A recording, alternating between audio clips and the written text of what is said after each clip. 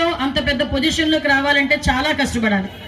అటువంటి కష్టం పడి సుమారుగా గౌరవ్ నారా లోకేష్ గారు వెనకాతల యువగలం పాదయాత్రలో ఎన్ని రోజులు సార్ నడిచారు, అన్ని రోజులు కూడా తను కూడా నడిచాడు.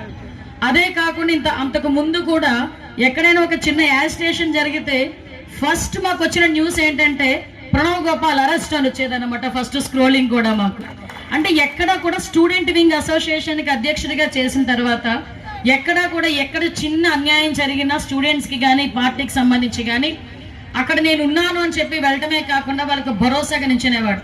మేము ఎక్కడైనా పోరాటం చేస్తే నేను వస్తానని చెప్పి తన టీంతో పాటు వచ్చి నుంచునేవాడు. అలా కష్టపడి ఈ రోజు ఒక మంచి పొజిషన్లోకి రావటమే కాకుండా ఒక మంచి పొజిషన్లోకి రావటం ఒక ఎత్తు అయితే దాన్ని నిలబెట్టుకోవడం చాలా పెద్ద పని. దాన్ని నిలబెట్టుకోవడంలో కూడా ఈ రోజు అబ్బాయి సస్టైన్ అయ్యి పెద్దలందరూ అంటే వైజాగ్ లో సీనియర్ మోస్ట్ ఎంతమంది ఉంటారో ఒకసారి మీరు ఆలోచించండి. 3 జిల్లాలకి సంబంధించిన విఎంఆర్డీఏ, అలాంటి 3 జిల్లాలకి సంబంధించిన విఎంఆర్డీఏలో సీనియర్ మోస్ట్ ఎమ్మెల్యేలు కానీ మంత్రులు కానీ ఎంతమంది ఉంటారు.